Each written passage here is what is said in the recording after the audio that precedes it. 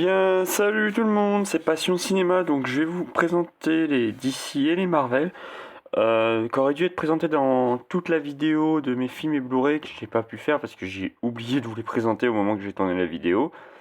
Mais du coup, c'est pas grave, puisque je vais vous les montrer maintenant, puisqu'il y a eu une upgradation depuis la dernière vidéo, il y a eu une upgradation. Donc je vais commencer, on va commencer par Marvel. Donc on a Captain Marvel, donc ils sont pas dans l'ordre, hein, pas du tout. Donc Captain Marvel, déjà je trouve la boîte très très belle. Beaucoup de gens ont critiqué ce film et tout, mais moi je suis pas d'accord, voilà, j'aime beaucoup. Donc Marvel, là on a Iron Man, qui est pour moi le 1, c'est le meilleur. Voilà. Ok, magnifique édition Steelbook. Les 4 Fantastiques, alors beaucoup n'ont pas apprécié forcément cette version-ci.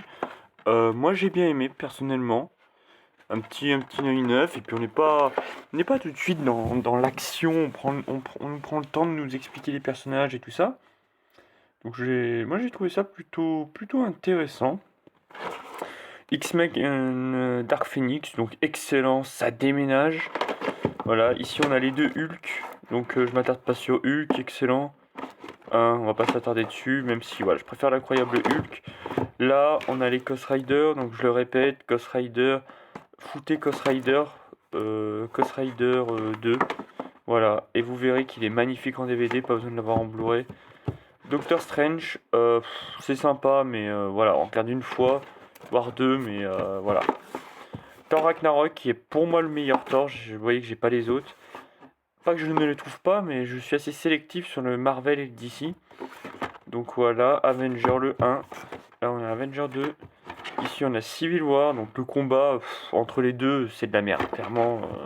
Désolé de dire ça, mais les gens n'osent pas ouvrir leur gueule parce que c'est Marvel, non je suis désolé. Le combat entre ces deux-là, il est nul. Infinity War, donc qui est plutôt intéressant, j'ai beaucoup aimé. Alors Endgame, un peu lent au début, la bataille finale rattrape tout, clairement. Voilà. Deadpool, rien à redire. Deadpool 2, rien à dire. Venom, alors Venom, beaucoup décrié. C'est vrai que c'est différent du Venom qu'on connaît.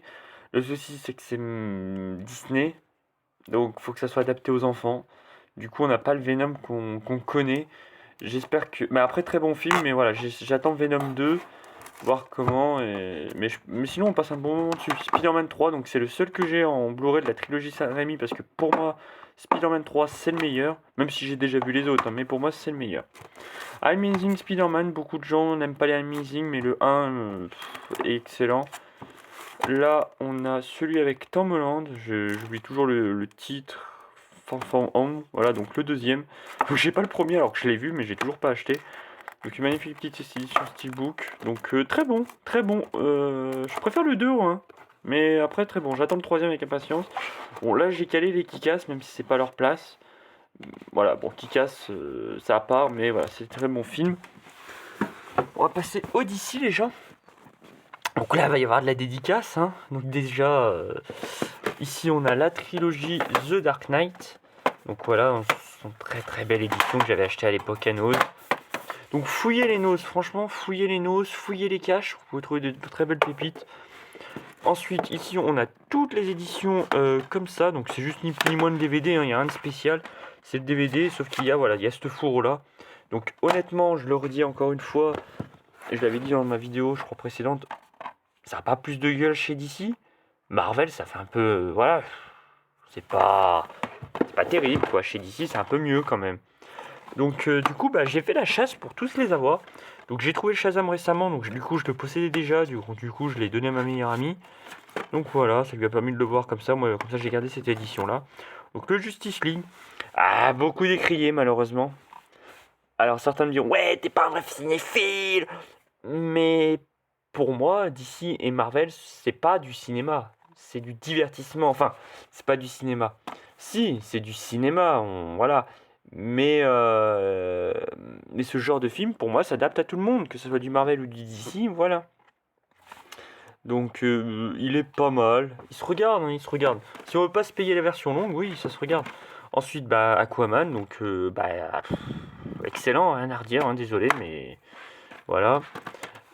Celui-ci, donc du coup, vous verrez que je l'ai en Blu-ray parce que j'ai craqué pour acheter l'édition DVD. Des gens n'ont pas aimé. Écoutez, moi j'ai trouvé ça plutôt sympa, cet aspect Gold Power. J'ai beaucoup aimé. J'ai beaucoup aimé. J'attends une suite, moi, franchement. Wonder Woman 1, donc excellent. Excellent. J'ai adoré. Wonder Woman 2, donc beaucoup décrié. Donc dédicace à Joker Cinema qui a beaucoup aimé ce film. Donc moi je le rejoins, hein. J'ai beaucoup aimé aussi. Alors bien sûr qu'il y a des grosses différences, il est moins typé action que le 1. Mais on va plus s'attarder sur Diana, donc c'est plus intéressant je trouve. Ensuite on va passer au film d'animation. Donc là on a Wonder Woman Commemorative Edition. Donc plutôt intéressant, simple, hein, c'est un film d'animation classique. Wonder Woman Bloodline, donc pareil, donc ça reprend beaucoup un peu les deux Wonder Woman, hein. Là, on a le Justice League Dark Apocalypse War. Alors là, c'est de l'excellence, ce que DC sait faire en film d'animation, quoi. Voilà, cet aspect humain, machine et tout. Bah.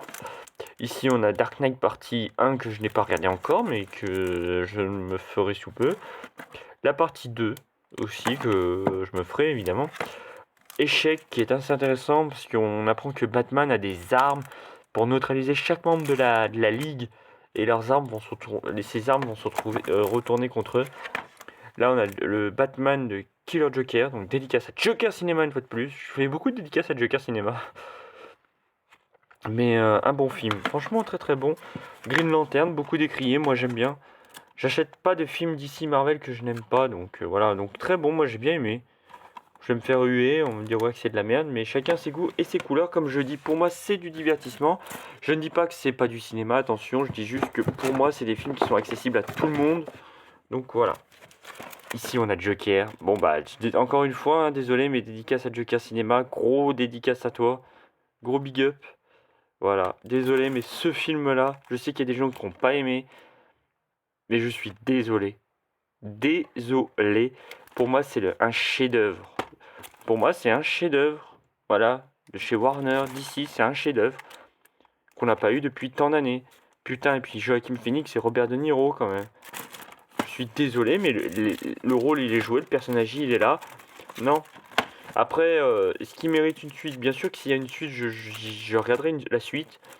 Voilà. Mais s'il reste unique, ça me dérangera pas plus que ça. Bah, du coup, Harley Quinn, donc ça c'était l'édition Leclerc contenant la petite BD. Donc voilà.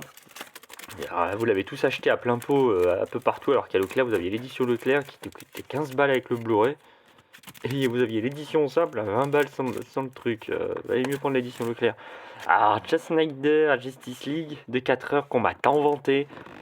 J'ai écouté tellement de tests, des gens qui disent ouais, Snyder restaure l'univers, c'est tout le machin, enfin je sais pas quoi. Il est bien, mais 4 heures c'est long. Flash, désolé de spoiler, mais il y a la partie de Flash, moi je trouve ça un peu nul. On voit qu'il y a beaucoup de choses qui sont reprises de celui-ci, énormément. Au final, il n'y a pas tant de scènes que ça de rajouter. Il est bien, mais c'est sans plus. Voilà, on se le regarde une ou deux fois et on passe vite à autre chose. Enfin, c'est mon avis personnel. Donc le Batman avec Nicholson et Keaton, donc rien à leur dire, hein, excellent. Ici, on va passer avec celui de Arnold Schwarzenegger et George Clooney. Voilà, bah pas grand chose à dire quoi, il est sympa, mais il se regarde, mais voilà, pour les dialogues c'est pas ouf quoi. Là, on a un de mes préférés avec Val Kilmer et Jim Carrey, donc celui-ci, bien aimé.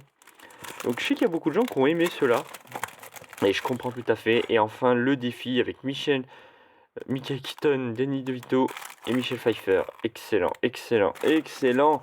DeVito en pingouin, on fait pas mieux. Même aujourd'hui, on n'ose même pas refaire un autre pingouin autre que DeVito, parce qu'il a su incarner ce putain de rôle. Ici, on a V pour Vendetta. Et oui, c'est un DC, les gens. Et oui, je l'ai découvert en regardant le dos de la boîte. Vous voyez, c'est écrit ici. DC Comics V pour Vendetta. Comme quoi, faut savoir lire derrière les boîtes. Donc excellent, hein, j'ai envie de dire chef-d'œuvre. Désolé de le dire. Et Watchman, donc dédicace au professeur Gabi si tu regardes cette vidéo. Donc j'ai toujours pas vu le film, donc tu vas me taper dessus, désolé. Il faut que je trouve un moment pour le regarder. J'ai d'autres films prioritaires à regarder, mais voilà, c'est vrai qu'il me tente vachement, donc c'est un DC aussi. Donc voilà. Et il me reste Thor l'animé, mais qui n'est pas ici parce que je ne l'ai pas regardé encore. Mais voilà, tout est là. Donc à la prochaine.